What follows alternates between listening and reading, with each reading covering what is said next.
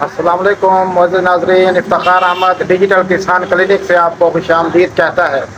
اور آج ہم بات کریں گے مونگی کے بارے میں۔ بارش ہونے کے بعد مونگی کے اوپر اسپنولا بگ کا حملہ بہت زیادہ جو ہے وہ بڑھ گیا ہے، اور دوسرا جو ہے مونگی کی جو پھلیاں ہیں ان کے کالے ہونے کا خطرہ ہے۔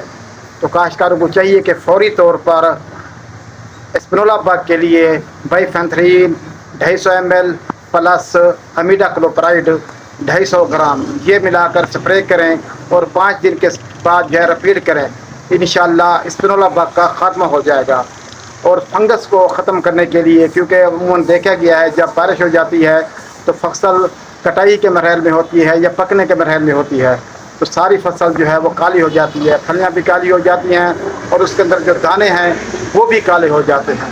تو دانوں کو کالا ہونے سے بچانے کے لیے آپ مونگی کے اوپر جو ہے وہ براڈ اسپیکٹرم فنگی سائڈ کریں، جس طرح جو ہے ڈائی میتھومارف ہے آپ وہ کر سکتے ہیں 250 گرام پر ایکڑ، اور اس کے بعد جو ہے ڈائفیناکونازول ایزاکسی سٹروبن یہ آپ 100 ml پر ایکڑ کر سکتے ہیں، اور اس کے علاوہ جو ہے تھائیوفینیڈ میتھائل 400 گرام پر ایکڑ آپ یہ بھی کر سکتے ہیں۔